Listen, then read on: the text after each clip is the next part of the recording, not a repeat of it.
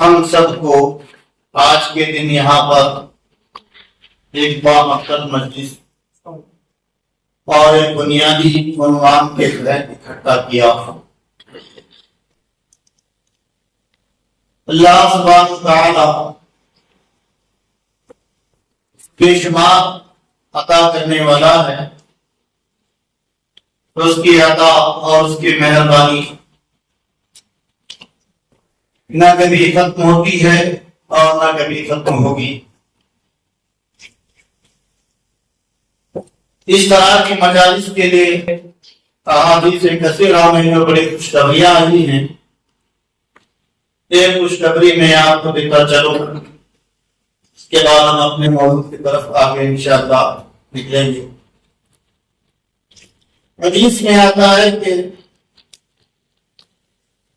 فجر کے بعد اور عصر کے بعد، یا فجر کے وقت یا عصر کے وقت، فرشتوں کی ڈیوٹیاں یہ چینج ہوتی رہتی ہے۔ جو فرشتے فجر میں آتے ہیں تو عصر میں چلے جاتے ہیں، جو عصر میں آتے ہیں فجر میں چلے جاتے ہیں۔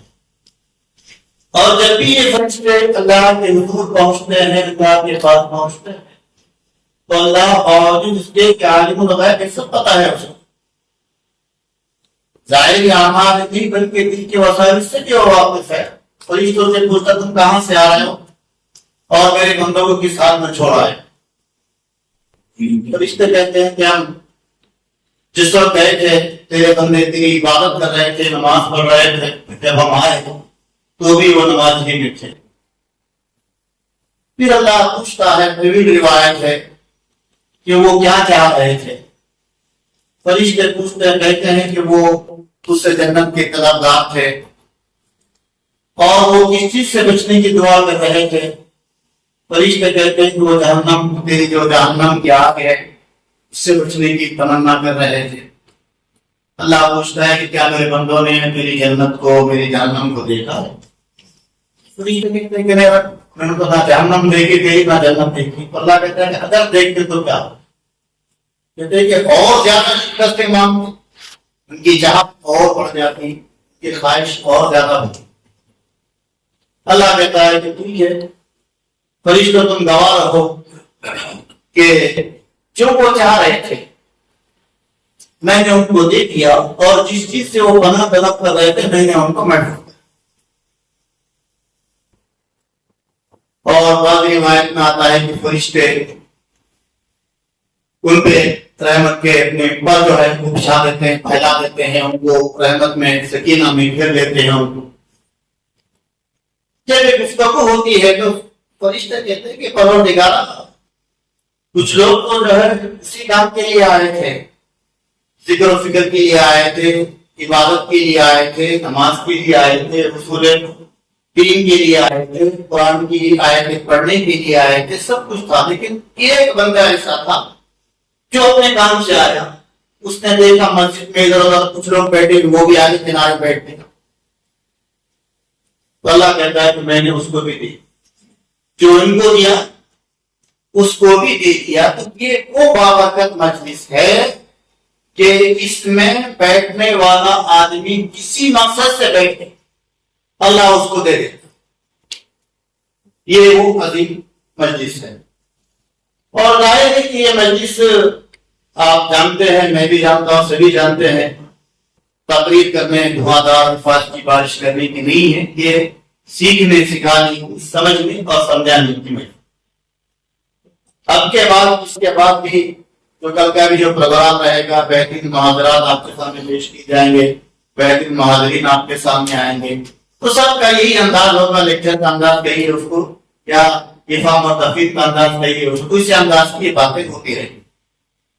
تو اس میں جیسا کہ کہا گیا ان کو صبر و ضبط لازم ہے کہ پورے دل جمعی کے ساتھ اور پورے انہمام کے ساتھ، پورے جذبے کے ساتھ کہ ہم کو آج کے اس مجلس سے اور کل ہونے والی مجالس سے کچھ نہ کچھ سیکھنا۔ اور میں آپ کو بتاؤں کہ اس طرح کی جو مجلسیں منعقد کرتے ہیں، چاہے فیصلہ مقامی جمعیت تحریری قائم کرنے کی آئے نا، تو میں نے اپنی پوری زندگی میں کبھی اس طرح کی محفل مجلس میں نے نہیں دیکھی، جو کہ بہت ضروری ہے۔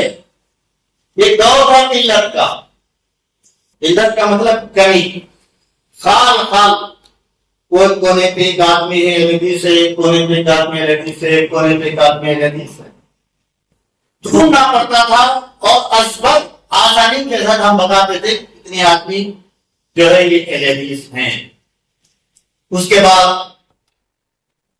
کثر اللہ ثوابہم، اللہ تعالیٰ نے برکت دی جماعت میں، ہر طرح سے جانی اعتبار سے، عددی اعتبار سے، قوتی اعتبار سے، طاقت کے اعتبار سے، مال و اسباب کے اعتبار سے، مساجد کے اعتبار سے، علماء کے اعتبار سے، پہلے حضرات کے اعتبار سے جو برکتیں ہوئی، اللہ کا فضل، اس کا احسان ہے کہ اب تو الحمدللہ تکثیر کا دور چل رہا ہے، یعنی کثرت کے ساتھ۔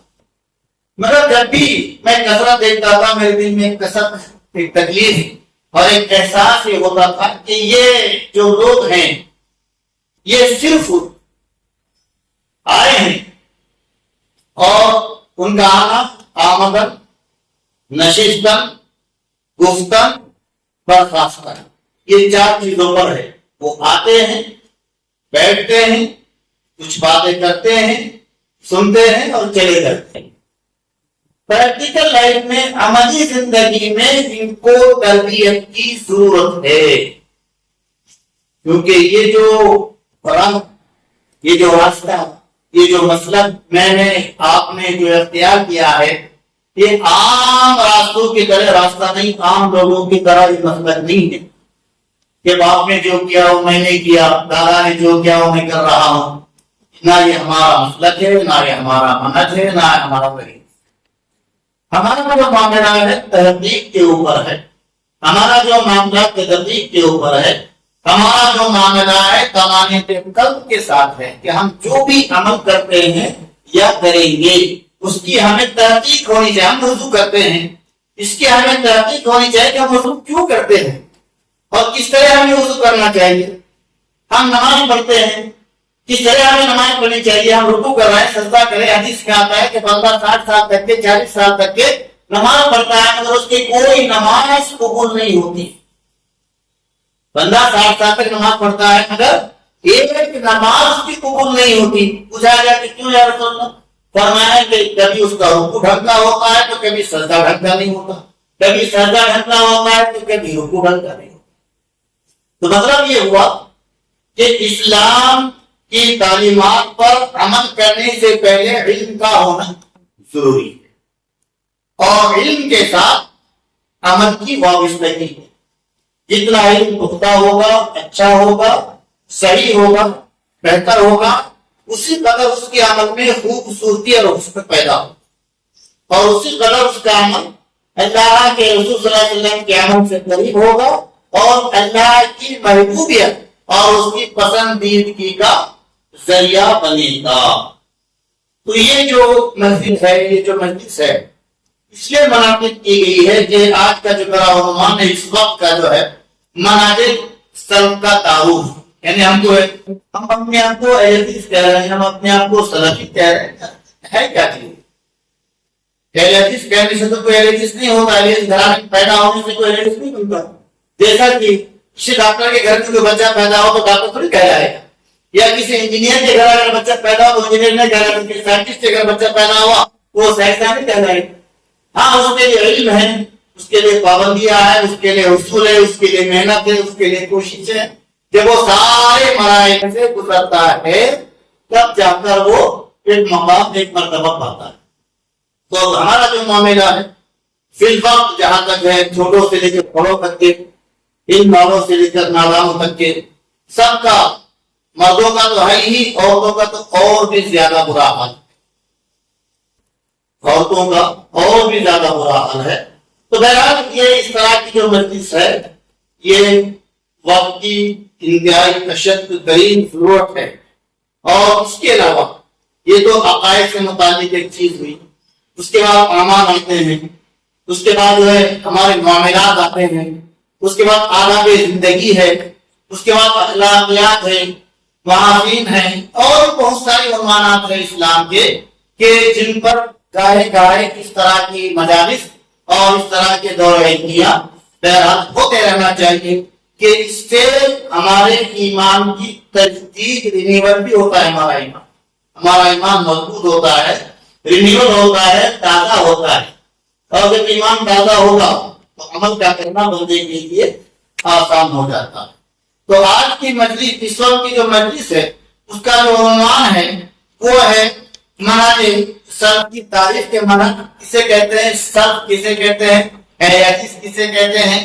یہ ساری چیزیں جو ہے ہمارے لیے موضوع رہتی ہے. تو پہلا اس میں جو ہے، اس موضوع میں جانے سے پہلے میں تھوڑی سی بات آپ کو بتا دوں کہ اصل موضوع جو ہے ہمارے منہج سلف.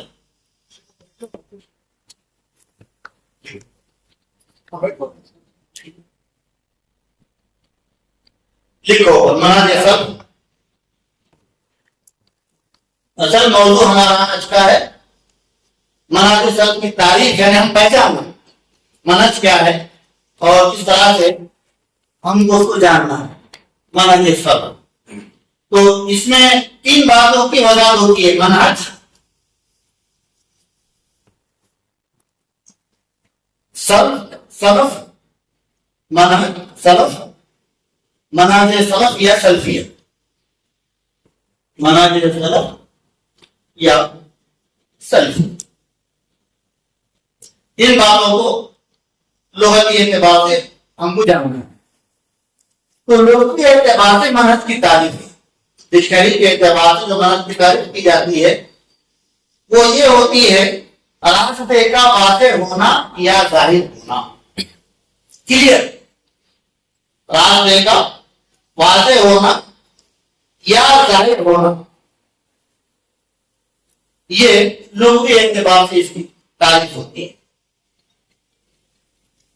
اسی طرح کہا جاتا ہے نہج الطریق، میں نے راستہ اختیار کیا یا میں اس راستے پر چلا. یا کہا جاتا ہے فلاں آدمی فلاں کے راستے پر چلتا ہے. یہ ساری چیزیں جو ہے اسی سے آتی ہیں.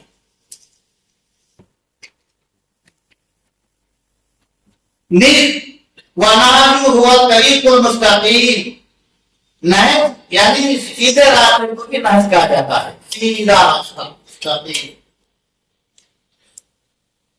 الغرض، لفظ منہج عربی زبان میں اس راستے کو کہا جاتا ہے جس کی روشن صفات، ظہور اور استقامت ہو، یعنی وہ طریقہ صاف سیدھا ہو، واضح اور کھلا ہو، اور مستقیم یعنی بالکل سیدھا، جس میں کوئی زائد، کوئی تیر، کوئی کجی نہ ہو، اس کو کہا جاتا ہے منہج عربی زبان. اب سوال یہ کہ یہ جو ہم لے کر بیٹھے ہیں یا مقامی جمعیت نے جو یہ عنوان دیا ہے، یہ قرآن اور حدیث میں بھی کہیں اس کا ذکر ملتا ہے کیا؟ جی ہاں، قرآن میں راست طور پر جو منہج کا لفظ وارد نہیں ہے. قرآن میں اگر آپ دیکھیں گے تو سیدھا سیدھا ڈائریکٹ منہج یہ لفظ نہیں ہے، لیکن اس سے جو کلمہ نکلتا ہے منہاج، یہ اس میں، جیسا کہ میں نے آپ کے سامنے بالکل لکھ دیا تم شراطوں میں منہاج آیت تلاوت کی ہے. تو اس آیت میں جو ہے یہ لفظ ملتا ہے منہج سے، وہ لفظ نکلا ہے. ابن عباس رضی اللہ تعالی عنہما شراطوں میں منہاج، اس سے مراد، اس کی تفسیر کرتے ہیں سیدھا راستہ اور سیدھا طریقہ. آپ نے سنت رسول اللہ صلی اللہ علیہ وسلم کا تو لفظ منہج اس کے مترادفات کی حدیث میں سنت میں موجود ہیں، وہ بے شمار الفاظ مترادفات کے طور پر ہے.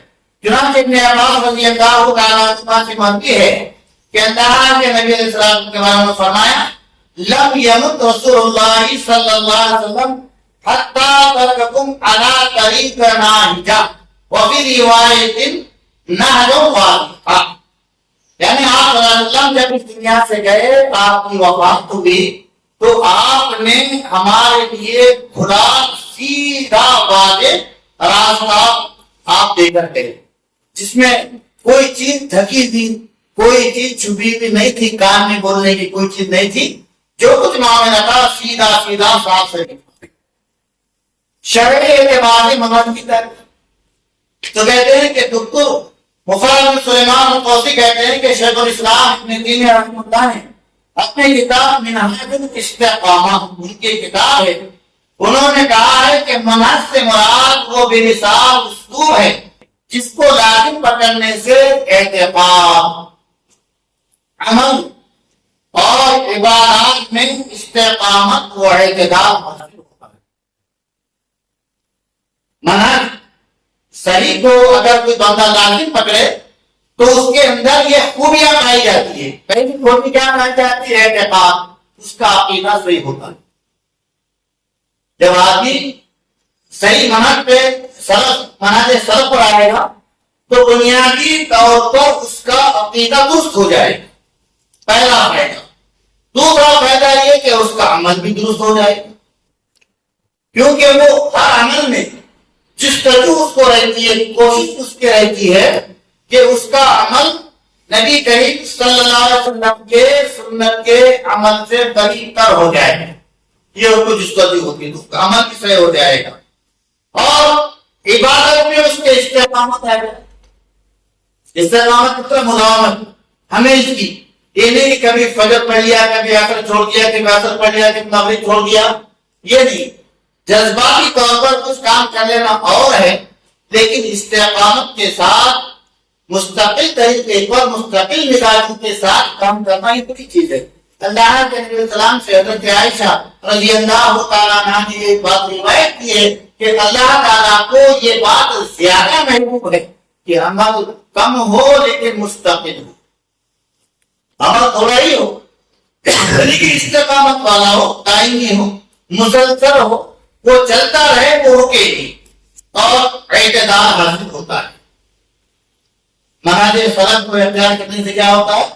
بندے کی طبیعت میں اعتدال آ جاتا ہے۔ اعتدال کا مطلب نہ کم اور نہ زیادہ، بالکل اتنا ہی جتنا کہ پیارے نبی صلی اللہ علیہ وسلم نے کیا ہے۔ 3 مرتبہ آپ نے ہاتھ کو دھویا وضو میں، بس وہ 3 بار دھوئے گا، گنجائش ہے 2 مرتبہ دھو لے، گنجائش 1 مرتبہ دھو لے، لیکن اس سے زیادہ نہیں کرے گا، نہ اس سے کم کرے گا، آدھا ہاتھ نہیں دھوئے گا، نہ 4 مرتبہ دھوئے گا۔ اعتدال اس کے اندر اس کی طبیعت میں آ جاتا ہے، اور وہ جو ہے سیدھے راستے پر چلنے والا بنتا ہے۔ دوسری اس طرح سلف کی سلف یسلفو سلفن سے ماخوذ ہے، جس کا معنی آتا ہے گزرے ہوئے لوگ، مقدم ہم سے پہلے جو لوگ گئے ہیں، جس میں عربی میں اس کو سالف بھی کہتے ہیں۔ تقدم کا معنی ہوتا ہے کہ پہلے ابھی جو گزر گئے ہیں، اسی لیے لفظ جماعت متقدمین پر بولا جاتا ہے۔ سلف جو بولا جاتا ہے ان لوگوں کو بولا جاتا ہے جو ہم سے پہلے گزر چکے ہیں۔ انتم سلفنا ونحن بلاسن، یہ دعا قبرستان میں جاتے وقت کی ہے نا، تو وہاں پر بھی جو سلف کہا گیا کہ تم ہم سے پہلے گزر گئے اور ہم تمہارے بعد آنے والے ہیں، اس کی جمع اسلاف آتی ہے۔ اسی طرح سے جو ہے متقدمین آباء و اجداد، یعنی جو ہم سے پہلے جو گزرے ہیں، باپ دادے ہمارے وغیرہ وغیرہ، ان کو بھی جو ہے سلف کہا جاتا ہے۔ عربی لغت میں سلف اس گروپ کو بھی کہتے ہیں کہ جو ایک جماعت کے ساتھ ہے اور پانی کے حوض کے پاس یا پانی پینے کے مقام پر سب کو لے جایا جا رہا ہے، مگر یہ گروپ کیا کرتا ہے؟ دوڑ کے بھاگ کر تیزی کے ساتھ جا کر وہ پانی پینا شروع کرتا ہے، تو اس کو بھی سلف کہا جاتا ہے۔ چونکہ پہلے گزر سب سے پہلے آگے نکل گیا ہو تو اس کو بھی سلف کہا جاتا ہے۔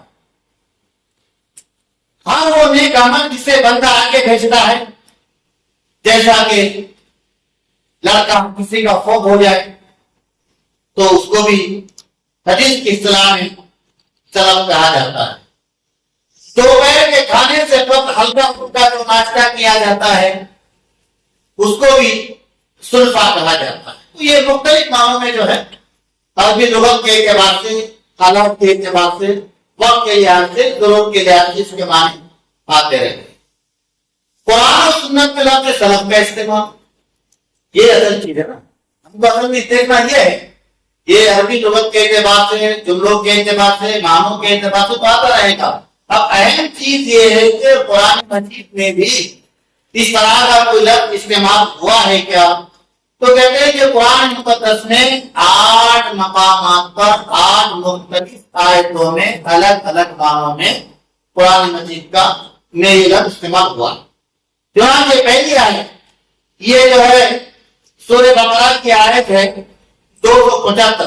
سورہ بقرہ آیت نمبر 275، جس میں اللہ تعالیٰ فرماتا ہے فمن جاءہ موعظۃ من ربہ فانتہی فلہ ما سلف وامرہ الی اللہ. اس میں کہا گیا، ابن کثیر رحمۃ اللہ علیہ فرماتے ہیں جس کو سود کی ممانعت کا علم ہو وہ فوراً اس سے رک جائے اور اپنے سودی معاملات کو اللہ کے لیے معاف کر دے. اللہ کے لیے معاف کر دے، ختم کر دے اس معاملے. تو یہ چونکہ سود پہلے قرض دیا ہوا ہوتا ہے، اسی لیے اس کو یہاں پر سلف کہا گیا ہے. دوسری آیت اس میں بھی اللہ تعالیٰ نے ارشاد فرمایا، سورہ نساء کی آیت نمبر 22 ہے، وَلَا تَنكِحُوا مَا نَكَحَ آبَاؤُكُم مِنَ النِّسَاءِ إِلَّا مَا قَدْ سَلَفَ. یہ آیت ان لوگوں کے بارے میں نازل ہوئی جو باپ کے مرنے کے بعد اس کی بیویوں سے نکاح کر لیا کرتے.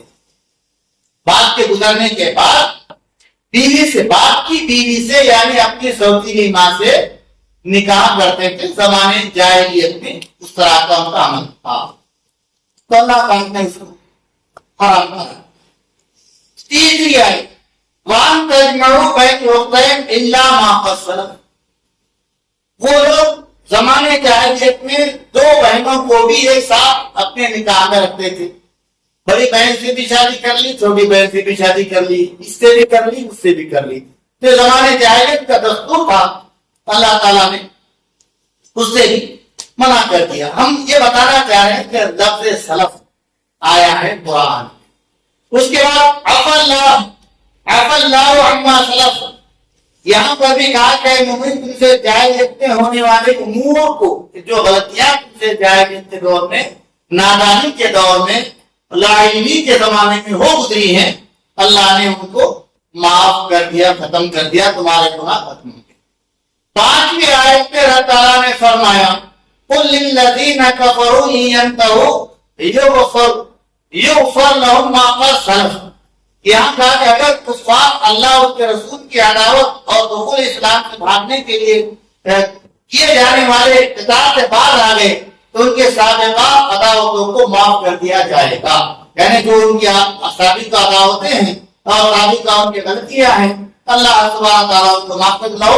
ما قد سلف، یہاں پر بھی لفظ سلف آیا ہے. 5ویں آیت کیا ہے؟ هنالک تبلو کل نفس ما اسلفت، یہاں اسلفت آیا ہے.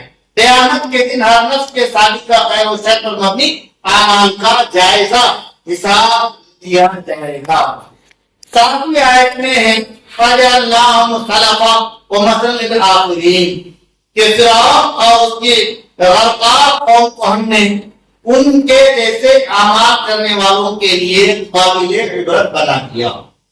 فرعون کے بارے میں کہا کہ ہم نے اس کو ڈبو دیا اور ان لوگوں کے لیے عبرت کا نشان بنایا جو ان جیسے اعمال کرنے والے ہیں. 8ویں آیت میں اللہ تعالیٰ نے فرمایا کلوا واشربوا ہنیئا بما اسلفتم فی الایام الخالیہ، کہ دنیا کے خالی ایام میں اچھے اعمال آگے بھیجنے کی وجہ سے اللہ کی جانب سے جزا و ثواب کے طور پر کھاؤ اور پیو. یہ جو 8 آیتیں ہیں ان میں تمام مقامات اللہ کے سلف سابقہ زمانے کے معنی میں استعمال ہوا ہے بات کے لیے. مثلا حدیث رسول کا تو لفظ سلف اس میں متعدد معنی میں استعمال ہوا. نبی کریم صلی اللہ علیہ وسلم نے اپنی بیٹی حضرت فاطمہ رضی اللہ عنہا سے اپنے موت کے وقت جب وہ رو رہی تھی تو ان کو بلایا اور ان کو بلا کے ان کے کان میں کہا وَلَا أَرَانِي إلا قد حضر أجلي وإنك أول أهلي لو وإنك لأول أهلي لو فأبي ولعن السلف أنا لك کہ تو جو ہے سن لے اس بات کو کہ میری وفات کا وقت آ چکا ہے اور میرے عہد میں سب سے پہلے تو ہی مجھ سے ملاقات کرنے والی ہے. یعنی یہاں پر لفظ سلف اللہ کے نبی صلی اللہ علیہ وسلم نے اپنی پیش روی کے طور پر پیش کیا ہے کہ تمہارے لیے میں بیٹنگ پیش میں جو ہے تم سے پہلے جا رہا ہوں اور تم جو ہے میرے بعد آنے والی ہے.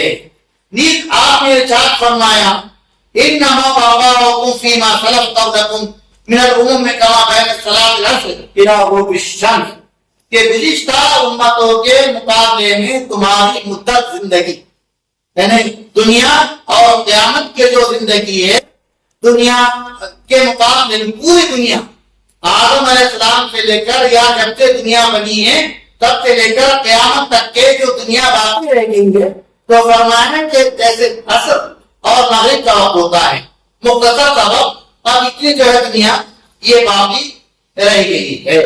تو یہاں پر بھی لفظ سلف اللہ کے نبی صلی اللہ علیہ وسلم نے استعمال کیا. عبداللہ ابن ربیعہ اپنے والد سے روایت کرتے وہ اپنے دادا سے روایت کرتے ہیں کہ نبی کریم صلی اللہ علیہ وسلم نے مجھ سے 40,000 کا قرض لیا لہذا جب آپ کے پاس مال آیا تو آپ نے قرض کی ادائیگی کر لوٹا.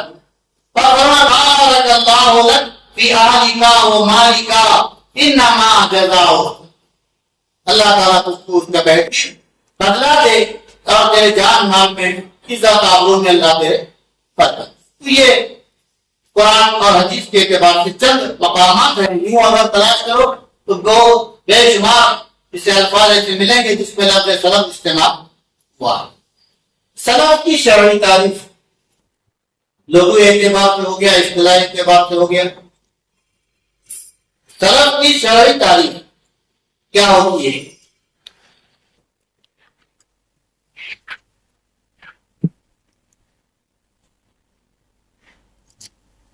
شیخ ابن باز رحمہ اللہ نے فرمایا سلف دراصل اہل قرون مفضلہ یعنی صحابہ تابعین تبع تابعین کا نام. نیک جو احسان کے ساتھ ان کی اتباع کرے اسے بھی سلفی کہا جائے. صحابہ تابعین اور تبع تابعین اور ان کی متبع ان کی اتباع کرنے والے ان کے فالوورز ان سب کو سلفی کہا جاتا. سلف سے مراد یہاں صحابہ اور ان کے بعد آنے والے لوگ ہیں. یہ ابن حجر اسقلانی رحمۃ اللہ علیہ نے کہا کہ جہاں کہیں بھی لفظ سلف آئے گا تو اس سے مراد ہوگا کہ صحابہ کرام اور ان کے آنے والے لوگ. واضح ہو کہ راشد بن سعد تابعی انہوں نے صحابہ کے لفظ سلف کا صیغہ استعمال کیا. انہوں نے تابعین کے لیے سلف کا صیغہ استعمال کیا اور امام بخاری رحمۃ اللہ علیہ نے اپنی صحیح میں باب آدھا ایک باغت کا ایک چیپٹر ہے باب ما کان السلف یدخلون فی بیوتکم وآثارهم من الطعام واللحم وغیرہ یعنی سلف رحم اللہ کے سفر و حضر میں کھانے و گوشت وغیرہ کو ذخیرہ کرنے کا بیان. مزید امام بخاری رحمۃ اللہ علیہ مردار کی ہڈی کے متعلق امام زہری رحمۃ اللہ علیہ ارشاد نقل کیا ہے کہ میں نے سلف کے بہت علماء کو ان ہڈیوں سے کنگھی کرتے مردار گوشت ہے گائے بڑی بڑی ہے بکرا مرا پڑا ہے اس کی ہڈی نکالنی گوشت تو حرام ہے مردار ہے اس کا چمڑا استعمال کیا جا سکتا دعوت کے بعد پاک ہو جاتا ہے. اب رہا مسئلہ ہڈی کا تو ہڈی کا انہوں نے کنگا بنایا اسلاف نے اور کنگا بنا کر کنگھی کرتے ہوئے میں نے دیکھا. امام زہری رحمہ اللہ نے یہ بات کہی. شیخ امام جامی رحمۃ اللہ کہتے ہیں کہ جب کلمہ سلف بولا جاتا ہے تو اس سے مراد صحابہ تابعین اور تبع تابعین ہوتا ہے. لفظ سلف جب بولا جائے گا تو یہ تین دور کے جو لوگ ہیں یہ اس سے مراد لیے جائیں. نیز امام شمالی رحمۃ اللہ فرماتے ہیں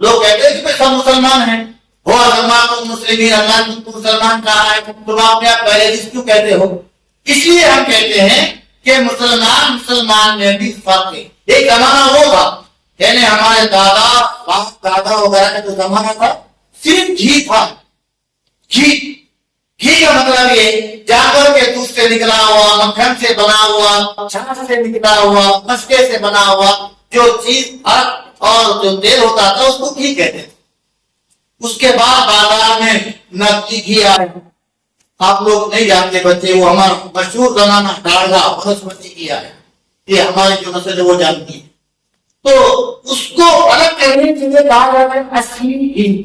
حالانکہ گھی تو گھی ہوتا ہے، اس میں اصلی نقلی نہیں ہوتا، لیکن ڈالڈا جب آیا، بنسپتی جب آیا تو اس کو ظاہر کرنے کے لیے کہ یہ ڈالڈا یا بنسپتی نہیں ہے، یہ ملاوٹی نہیں ہے، یہ اصلی گھی ہے، یعنی گھی کو بھی اصلی بولنا پڑ رہا۔ تو اس طریقے پر ہم نے اپنے سب سے پہلے جو نام رکھا گیا وہ اہل سنت والجماعت رکھا گیا۔ اسی وجہ سے مناظر حق کے نام مختلف نام ہے، الگ الگ دور میں الگ الگ علاقوں میں، زمانے کے لحاظ سے بھی یہ نام بدلتا رہا، علاقوں کے حساب سے بھی یہ نام بدلتا رہا۔ چنانچہ اہل حدیث یہ مشہور نام جو ہمارے علاقے میں چلتا ہے، اہل نصر یہ بھی کہا گیا ہے، فرقہ ناجیہ یہ بھی کہا جاتا ہے، طائفہ منصورہ یہ بھی کہا جاتا ہے، اور غربا یہ بھی نام ہے سلف۔ جماعت سلف کے مختلف نام، ایک نام اہل سنت والجماعت، دوسرا اہل حدیث، تیسرا اہل نصر، چوتھا فرقہ ناجیہ، پانچواں طائفہ منصورہ، چھٹا غربا۔ یہ مختلف نام مختلف زمانے میں اور مختلف ادوار میں علاقوں کے حساب سے بھی بدلتے شدتے رہے ہیں، لیکن جب بہت سارے بدعتیوں نے بھی یہ اوقات اختیار کر لیے، اب دیکھیے اب تو عجیب ہو گیا مانا، خرق کا نام جنوں رکھ لیا، جنوں کا نام خرق۔ جو اہل سنت والجماعت ہے، جو صحیح معنوں میں سنتوں پر اور نبی کریم صلی اللہ علیہ وسلم کے فرامین احادیث اور صحابہ تابعین کی تابعداری اتباع کرنے والے لوگ ہیں، وہ تو نہیں، لیکن جو اہل البدع و خرافات ہیں، جو اہل بدع و خرافات ہیں، جو اہل الاعراف والرسومات ہیں، عرس کرنے والے، رسمیں کرنے والے، جھنڈے والے، گھومنے والے، یہ سب لوگ کیا ہے اپنے آپ کو اہل سنت والجماعت دینے لگے۔ اب ہمیں یہاں سے بھی اپنے نام کی شناخت اور اس کے ریٹیفکیشن کو تھوڑا سا چینج کرنا پڑا کہ بھئی سبھی اپنے آپ کو، یعنی شیعہ کو بنیادی طور پر دو فرقے، ایک شیعہ دوسرا سنی، یعنی اہل سنت والجماعت۔ اور جب آگے چلے زمانہ آگے بڑھتا گیا تو حالات کے لحاظ سے مختلف گندے نالے کے جو ہے اس کو پاک اور صاف کو چشمے بھی داخل ہو گئے۔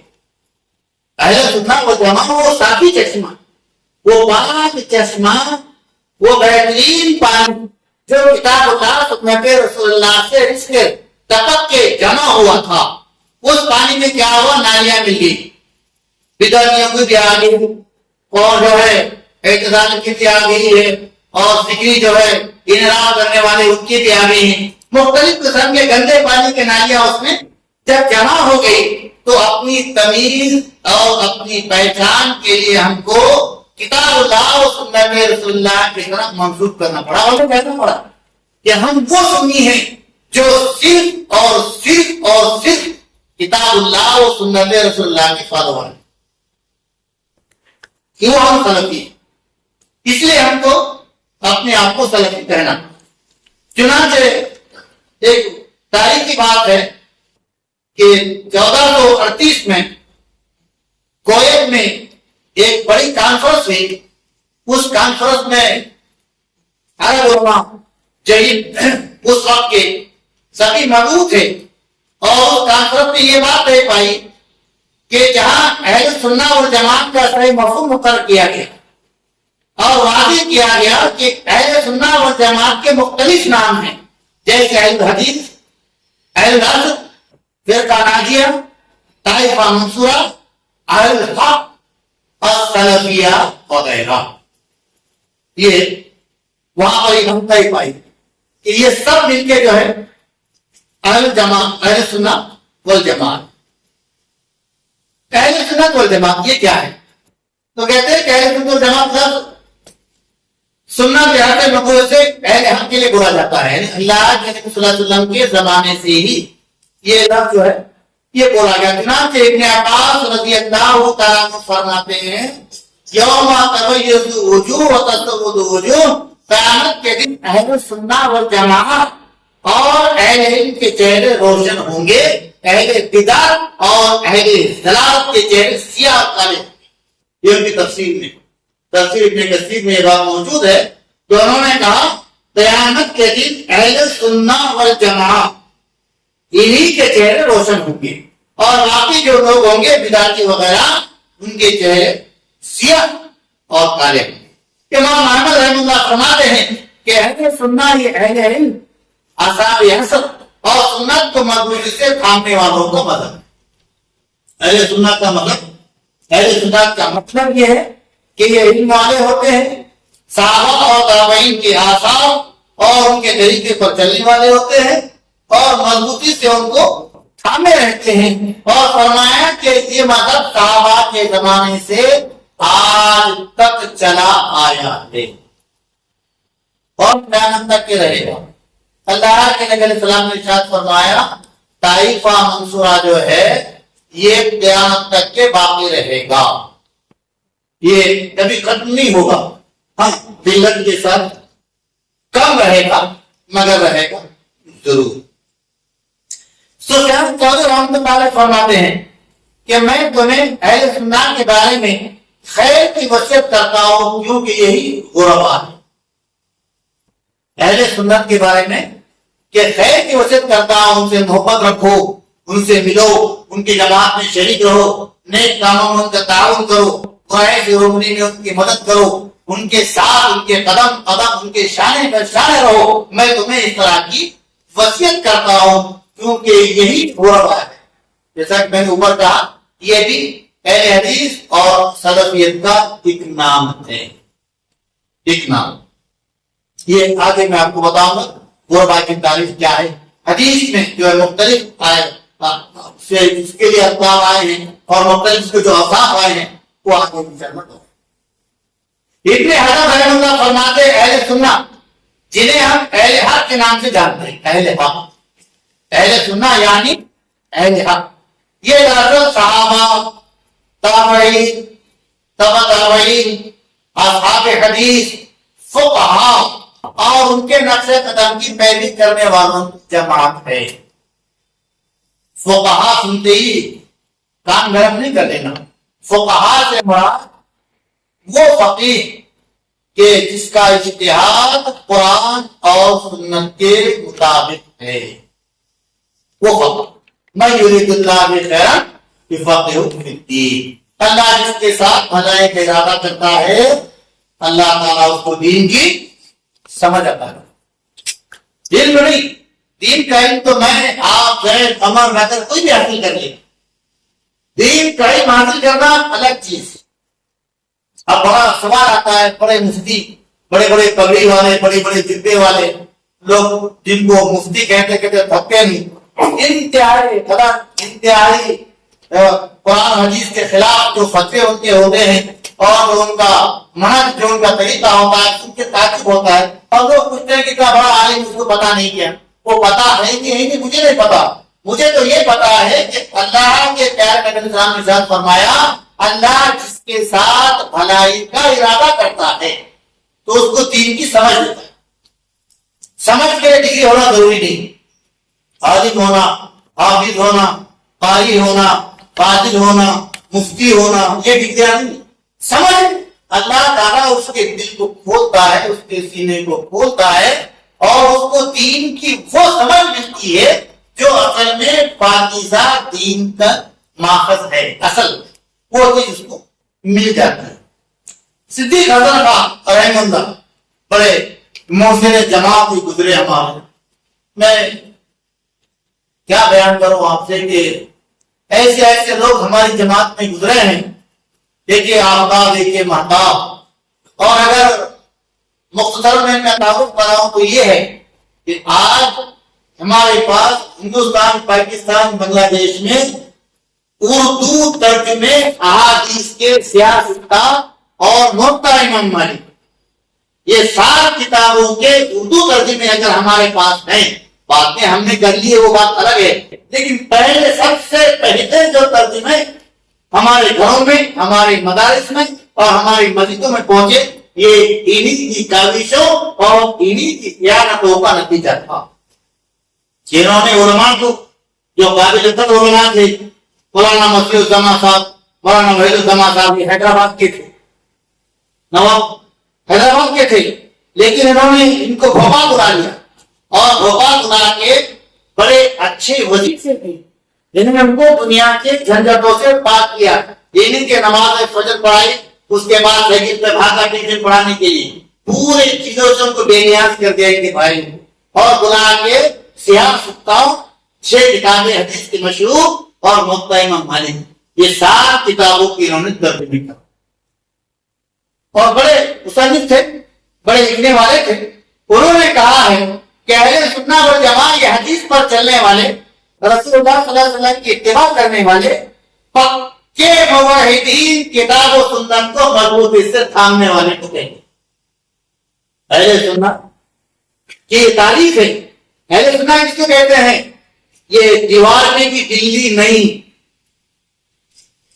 لوگوں نے دیکھا تو اور نہیں دیکھا تو پورے کھانے جائز، پورے کھانے حلال، اچھے برے جائز نہ جائز، پیٹ بھرنے کا مسئلہ ہے.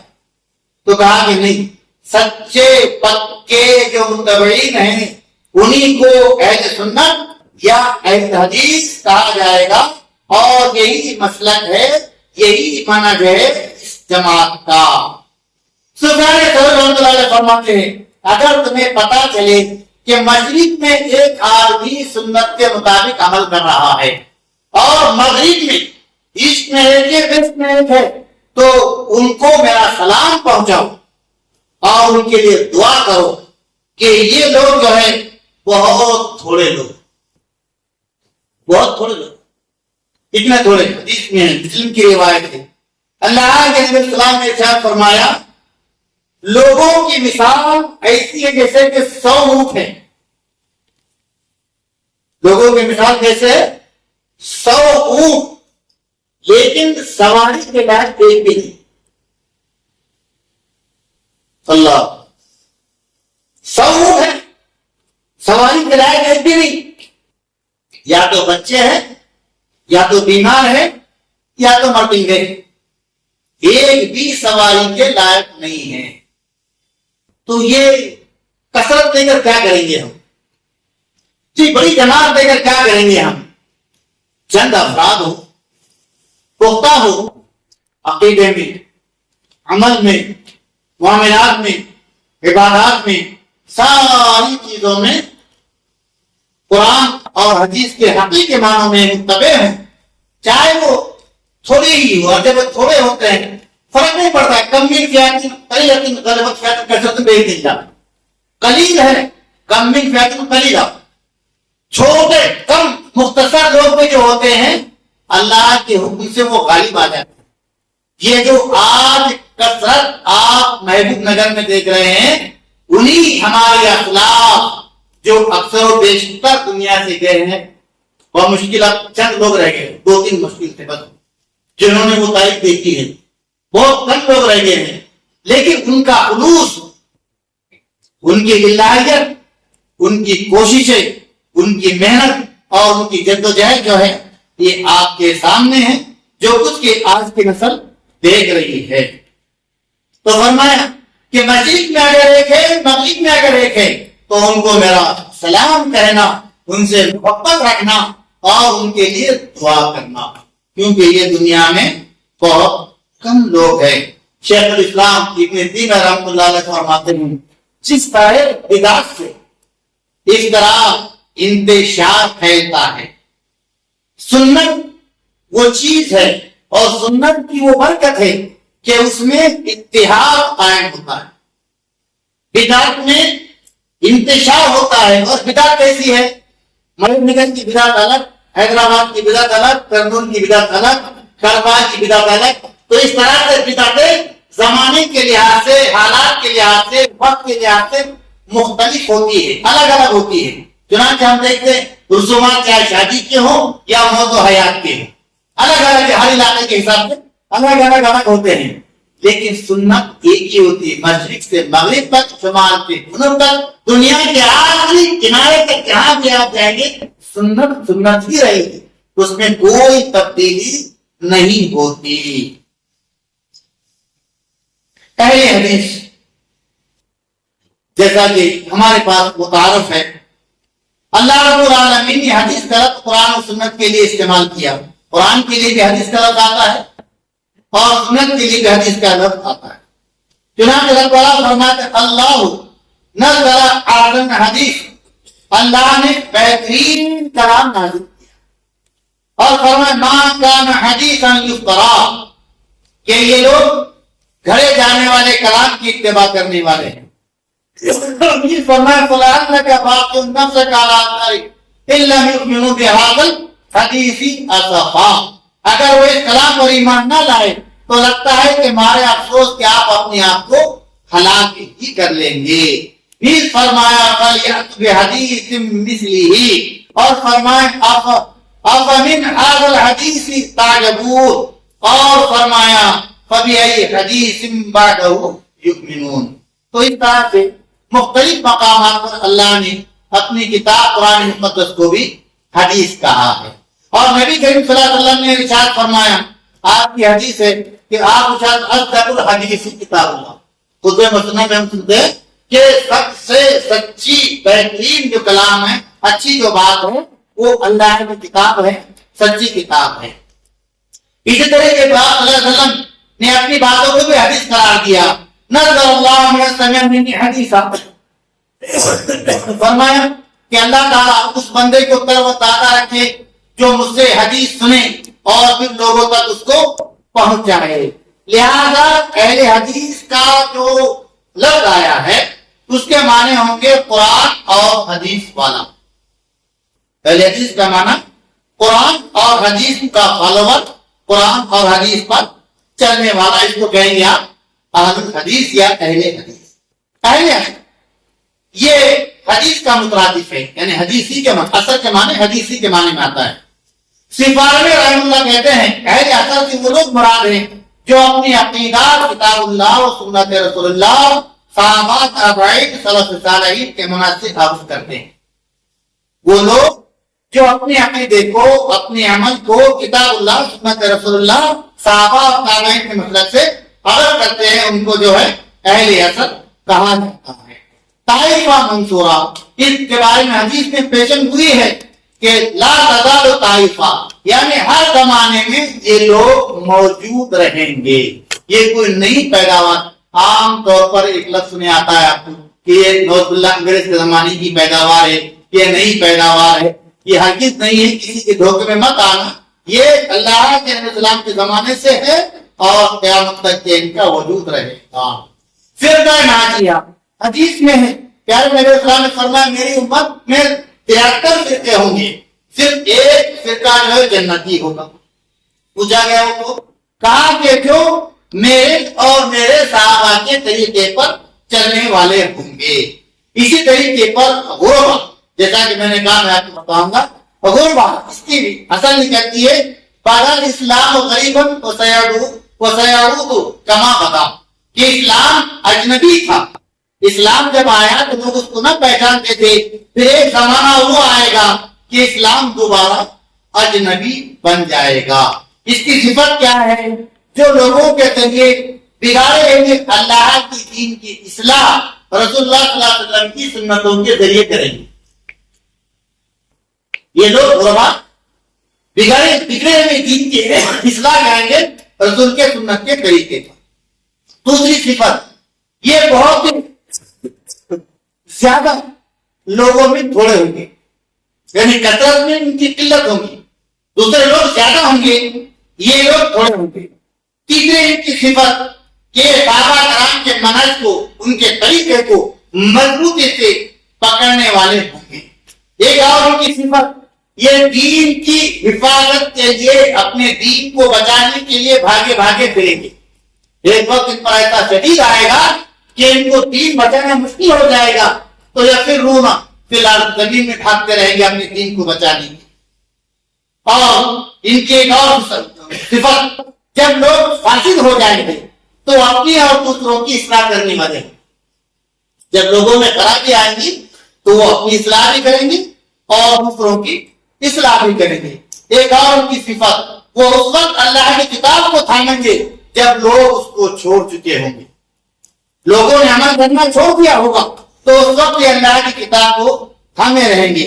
ایک اور ان کی صفت، جب سنت مٹائی جاتی ہوگی، مٹائی جا رہی ہوگی، بھلائی جا رہی ہوگی، یہ سنتوں پر عمل کریں گے، نہ شرمائیں گے اور نہ کسی کا خوف کھائیں گے۔ نیز یہ کہ اللہ کے دین میں جھگڑا نہیں کریں گے، اسی سے لڑنے جھگڑنے والے نہیں ہوں گے، بس اپنی اصلاح کریں گے، قوم لوگوں کی اصلاح کی فکر کرنے والے ہوں گے۔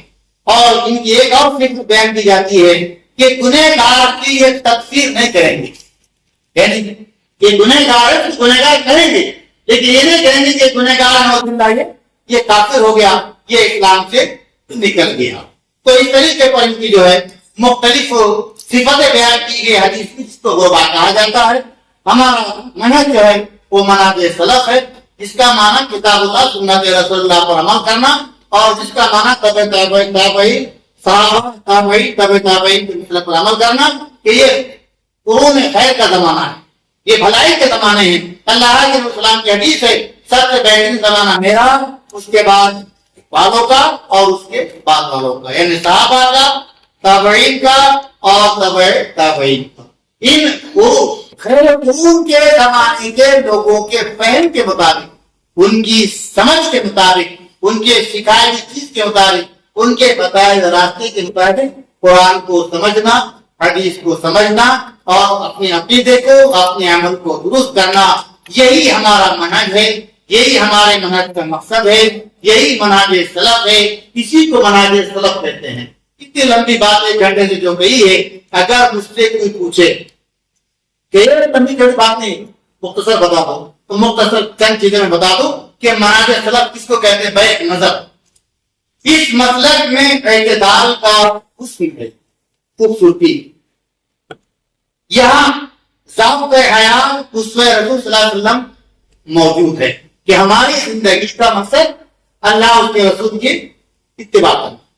یہاں صحابہ کرام سے لامحدود محبت بھی ہے اور اہل بیت سے والیانہ عقیدت بھی ہے۔ یہاں ائمہ کرام اولیاء دین کی بہت زیادہ خدمت اور عزت ہے۔ عام بات ہے، عام طور پہ کہا جاتا ہے کہ لوگ اولیاء کو نہیں مانتے، اماموں کو نہیں مانتے، حالانکہ یہ ہمارے بنیادی عقیدے میں شامل ہے کہ ہم ان کی تعظیم کرتے ہیں، ان کی تکریم کرتے ہیں۔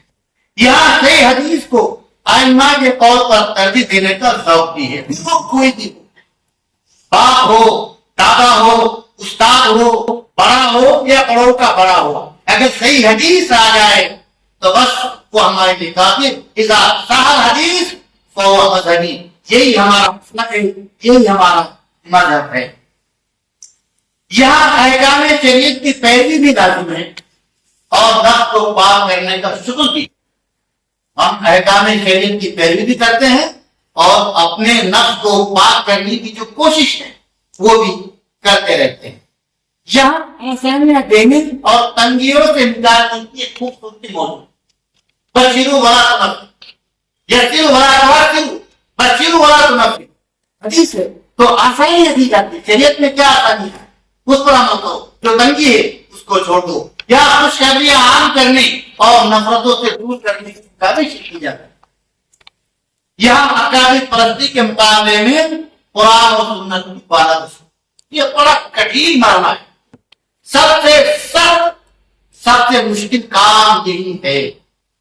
اکابر پرستی، بزرگوں نے کہا، بڑوں نے کہا، نہیں، قرآن حدیث موجود ہے، ان کی بات الگ کر دی جائے یا حق واضح ہو جانے کے بعد غلط عمل وہ غلط عقیدے سے فوراً رجوع ہونے کا مزاج ہے. الحمدللہ ثم الحمدللہ. اگر بات معلوم ہو جائے کہ یہ حدیث صحیح ہے عمل چھوڑ دیں گے. اگر بات معلوم ہو جائے یہ عمل غلط ہے فوراً رجوع ہو جائیں گے اور صحیح عمل جو ہے وہ کرنا شروع کر دیں گے. یہاں شرک سے فرار اور توحید سے پیار. شرک سے فرار توحید سے پیار. یہاں بدعتوں سے نفرت اور سنتوں سے محبت. اور آخری بات یہاں فہم قرآن و حدیث کے لیے نیاز اللہ کا فکر نظر. ہم اپنے طور پر اپنے معنی سے نہ قرآن کے کچھ معنی کرتے ہیں اور نہ اس کی تفسیر کرتے ہیں, حدیث کا کوئی مفہوم بیان کرتے ہیں اور نہ اس کے کوئی معنی بیان کرتے ہیں. جو مفہوم قرآن کا, جو مفہوم حدیث کا ہمارے اسلاف نے سمجھا, یعنی صحابہ نے, تابعین نے, تبع تابعین نے, محدثین نے, مفسرین نے جو مفہوم سمجھا ہے اسی کے مطابق ہم قرآن کو سمجھتے ہیں, اسی کے مطابق ہم حدیث کو سمجھتے ہیں. اسی کا نام ہمارے سلف ہے اور یہ ہمارا مختصر تعارف. دعا ہے کہ اللہ تبارک و تعالی جو کچھ کہا گیا سنا گیا اللہ رب العالمین ہمارے دلوں میں پیوستہ کر دے اور زندگی میں اس پر عمل کرنے کی ہمیں توفیق عطا فرمائے. اور اللہ پاک ہمیشہ ہمیں منانے سے وابستہ رکھے, جب تک کہ زندہ رکھے, اسلام پر زندہ رکھے اور ہمارا خاتمہ ایمان پر ہو. آمین یا رب العالمین. بارک اللہ لنا و لکم.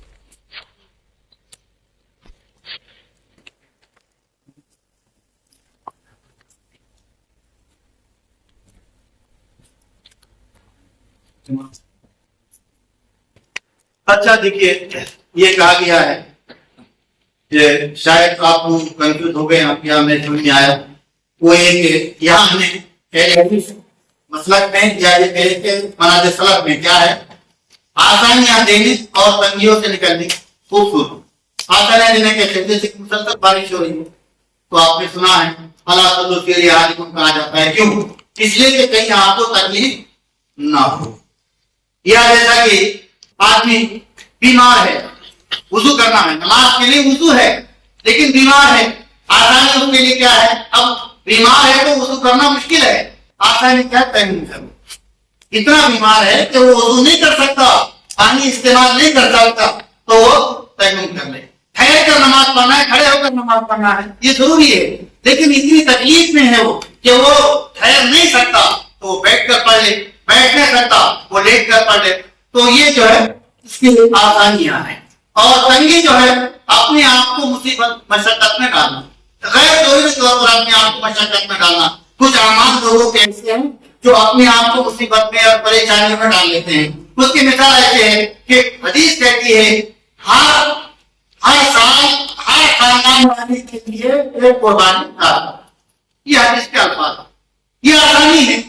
مشقت مشکل کیا ہے, ہر سال ہر خاندان کے ہر فرد کی طرف سے, ہر آدمی کی طرف سے ایک قربانی. یہ مصیبت ہے.